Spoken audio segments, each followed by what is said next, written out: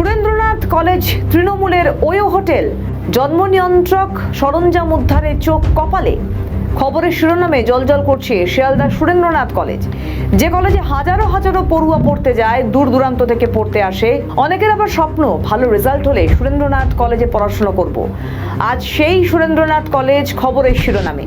140 বছরে প্রাচীন এই কলেজ। এই কলেজের মাটি দেশের প্রথম রাষ্ট্রপতি ডক্টর রাজেন্দ্র প্রসাদ থেকে সাহিত্যিক বিভূতিভূষণ বন্দ্যোপাধ্যায়ের পদধূলিধন্য। 1893 সালে স্বামীজি শিকাগো ধর্ম মহাসম্মেলন জয় করে ফেরার সময় এই কলেজেই এক বিজয়ী ভাষণ রেখেছিলেন। 1911তেও স্বয়ং কবিগুরু এই কলেজ প্রাঙ্গণে জাতীয় সংহতি সংক্রান্ত তার একটি প্রবন্ধ পাঠ করেছিলেন। এহেন শিক্ষাঙ্গনের ভিতরের ছবি দেখে বাংলার জনগণের চক্ষু চড়ক গাছ। প্রথমে উইয়ে খাওয়া টাকা উদ্ধার, 100-500 বান্ডিল বান্ডিল টাকা উদ্ধার। তারপরেই পেঁয়াজের খোসা ছাড়ানোর মতো পরতে পরতে রহস্য। কলেজের ছাদের ঘরে ঢুকে চোখ কপালে দেখব সেই ছবি।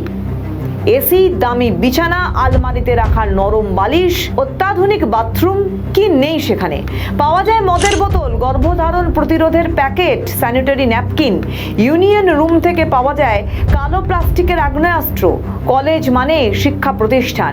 সেই শিক্ষা প্রতিষ্ঠানে এসব জিনিস এলো কোথা থেকে? কলেজের ছাদে মাসাজ পার্লার চলতো বলে দাবি কলেজ কর্মীদের। কলেজ প্রাঙ্গণের বেডরুমের ছবি কার্যত যে কোনো ওয়ো রুমকেও হার মানাবে।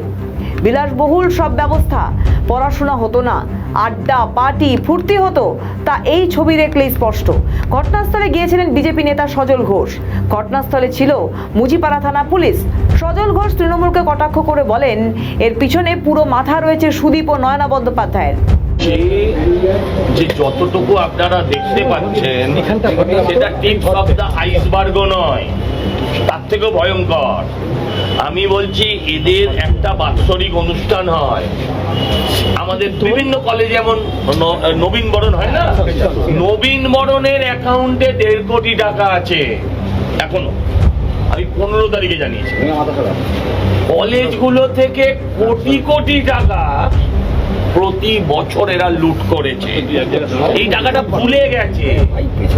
এই টাকাটা দিয়ে দিলে আপনি সবকিছু ছেড়ে দিতেন হয়তো, বাকি জীবনটা কেটে যেত আপনার। আর ওরা এই টাকাটা ভুলে গেছে।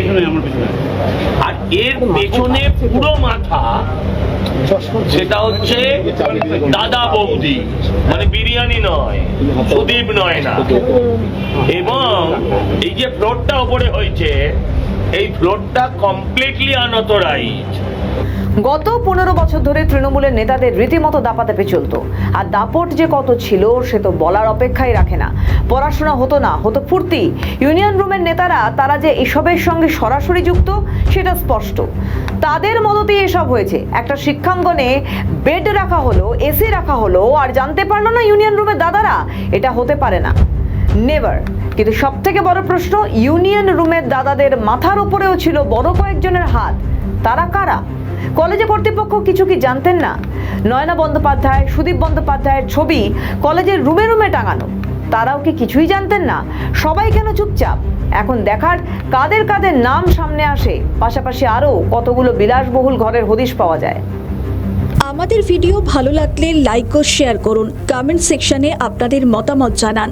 আরও ভিডিও পেতে আমাদের চ্যানেলটিকে সাবস্ক্রাইব করুন এবং প্রতি মুহূর্তে খবরের আপডেট পেতে প্রেস করুন বেল আইকন।